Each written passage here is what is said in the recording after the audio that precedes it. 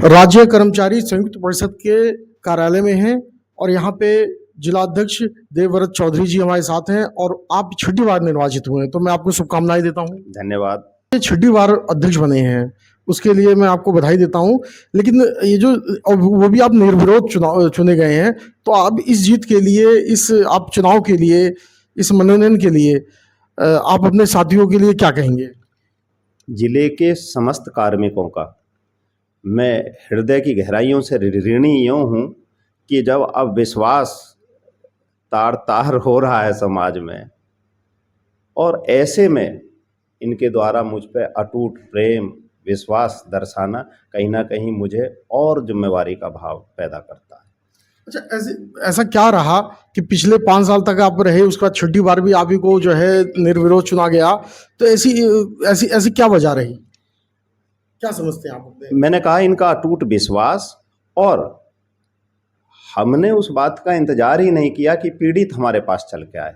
अगर हमें भी पीड़ा का पता लग गया तो हमने खुद ही जा करके उसकी बात को रिमूव करा के उसको बताया।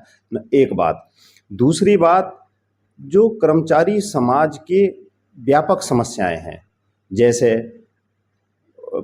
सरकारी दफ्तरों में पार्किंग की व्यवस्था हो, चाहे मेडिकल रिम्बर्समेंट की बात हो, कहीं कहीं तो ऐसे तुगलकी फरमान भी हो गए कि वर्ष में एक बार ही सबके मेडिकल रिम्बर्समेंट किए जाएंगे।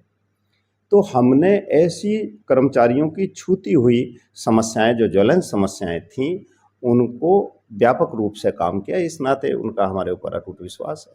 अच्छा, आगे की आपने ऐसा क्या सोचा है कि मुझे आने वाले समय में 1 साल में मुझे ये हल कराना है, तो उसके बारे में क्या सोचा है? हमारे जिले में मातृशक्ति की एक महत्वपूर्ण समस्या या मांग ये भी है कि जो वर्किंग महिलाएं हैं और अकेले रहते हैं, पति भी सर्विस में हैं, तो बच्चे को कहाँ छोड़ के आए, छोटे बच्चे।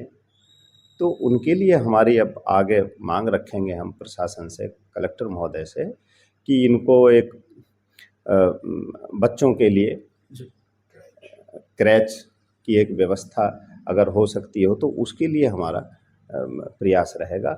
समयबद्ध मेडिकल रिम्बर्समेंट की बात हो, चाहे पार्किंग की बात हो, और चाहे भवनों, सरकारी भवनों की बात हो आवंटित होने की, और चाहे उनको रिपेयर कराने की बात हो कि समान अनुपात में विभागवार समान कैडर का ध्यान रखते हुए उनको किया जाए।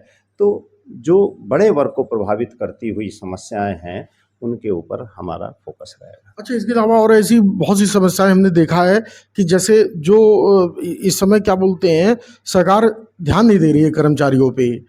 काम तो खूब ले रही है, जैसे हम कई कार्यालय में जाके समस्या देखते हैं, काम तो खूब ले रही है, लेकिन जो उनके वेतन में, कई चीज़ों में ऐसी समस्या हमने देखने को मिला है कि उसमें कटौतियाँ की जा रही है या बढ़ाया नहीं जा रहा है, तो उसके बारे में आप क्या कहेंगे?